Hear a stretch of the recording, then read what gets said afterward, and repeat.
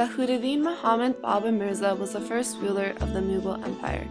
He traveled from Central Asia to northern India in 1526 with a large army. His talent for conquest came from his mother, who was a descendant of Genghis Khan. He believed he was a rightful heir to this region because he was also a descendant of Timur, who occupied that land at one time. Babur ruled a vast land including present-day Uzbekistan, Turkmenistan, and Pakistan. He invaded Delhi and successfully overthrew the Turkish Sultan of Delhi, Ibrahim Lodi. His success came with a good access to supplies and weapons. The defeat of the Turks established the Mughal Empire. In 1530, Babur's son, Humayun, fell deathly ill. Babur constantly prayed to take the disease away from Humayun and die in his place. At the age of 48, on December 26, 1530, Babur died from the disease. He left behind many legacies, including Baburnama, a detailed account of his journeys and conquests. The heir to power was Babur's son Humayun. When he came to rule, he was very inexperienced, so the beginning of his rule saw much turmoil. In 1540, he was overthrown by Sher Khan. He lived in exile with his wife in Persia. It was here he developed a devotion to the arts, specifically architecture. His tomb eventually became the beginning of Indo-Islamic architecture in India. In 1555, a few years after Sher Khan died, Humayun invaded Delhi to overthrow Islam Shah, Sher Khan's successor. He was able to recapture his sultanate, but the restoration of the empire laid in the hands of his youngest son, Jalaluddin Muhammad Akbar. Akbar's rule marked the beginning of the classical age of the Mughal Empire. He was only 13 years old when he became emperor in 1556. He proved to be an effective conqueror. He captured all of present-day India and Pakistan. He moved the capital of the empire to Agra, where he built the Red Fort, which still stands today. In the 1570s, he moved the capital once again to Fatehpur Sikri, his architectural gem. Akbar also developed a very efficient and relatively fair system of bureaucracy and administration. A military governor was put in charge of each province. This governor was then responsible for any abuses of power or mistreatments in his area. He also developed good relationships with Hindus, which is one of the many things he is known for. In 1579, he abolished the jizya, a tax imposed on most of the non-Muslims. In addition, Akbar rescinded a pilgrimage tax paid by Hindus who traveled to various Hindu pilgrimage sites. Akbar gained the support of local Hindu provinces through marrying the daughters of various Hindu families.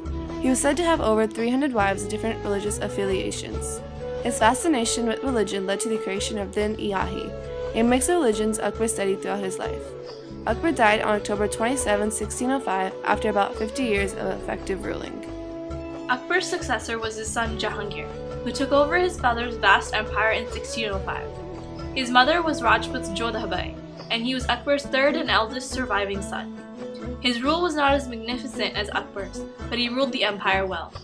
Jahangir ruled with religious tolerance, except with the Sikhs, against whom he held a personal grudge. Jahangir was a great patron to the arts. He supported his artists and had much faith in their abilities. Every painting under his rule was carefully documented, signed by the artist, and recorded. This has allowed modern scholars to easily study the paintings of his rule.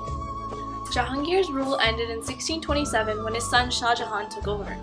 Thus began the golden age of the Mughal Empire. Shah Jahan, like his predecessors, was very involved in art and architecture. He quickly depleted the emperor's treasury with his extravagant construction projects, the most famous of which is the Taj Mahal. The Taj Mahal was built as a tomb for Shah Jahan's favorite wife, Mumtaz, who died just 4 years after his ascent to the throne. It was originally a small and simple expression of Shah Jahan's grief, but in true Mughal fashion, it turned into the large and grand monument that stands today. Shah Jahan spared no expense when building his beloved's final resting place. He had 2 large entrances built, one on either side of the Taj. He also had workers carve verses of the Quran into the stone. It is said that the entire Quran is carved into the Taj. He ordered workers from all over his empire to aid in the construction. A large complex with a central fountain and a river leads up to the Taj Mahal. It is constructed with white marble and inlaid with numerous gemstones in flower patterns, a style called Burjankari. The entire Taj Mahal is laid out in the shape of a rose, Mumtaz's favorite flower. Shah Jahan also had the 4 towers surrounding the Taj Mahal, called minarets, built leaning slightly outward so that if an earthquake struck and the towers fell, they would fall away from the Taj and wouldn't destroy it. In 1659, Aurangzeb, Shah Jahan's son, imprisoned his father and took over the Mughal Empire. His rule was marked by disorder and turmoil and little expansion, and the Mughal Empire fell into steep decline after his death in 1707. The Mughal Empire officially fell in 1858 to the British. By then, the Mughal emperor had become a puppet and wielded no real power. Though it has been over 150 years since the decline of the Mughal Empire, its legacy has not been forgotten. The Mughals brought the Urdu language to prominence. The many architectural wonders built during the classical and golden ages can be visited today, such as Fatehpur Sikri, Agra Fort, Charbagh, and many others. The Mughal Empire also influenced the modern movie industry. Movies like Mughal-e-Azam and Jodha Akbar have been inspired by the Mughal Empire.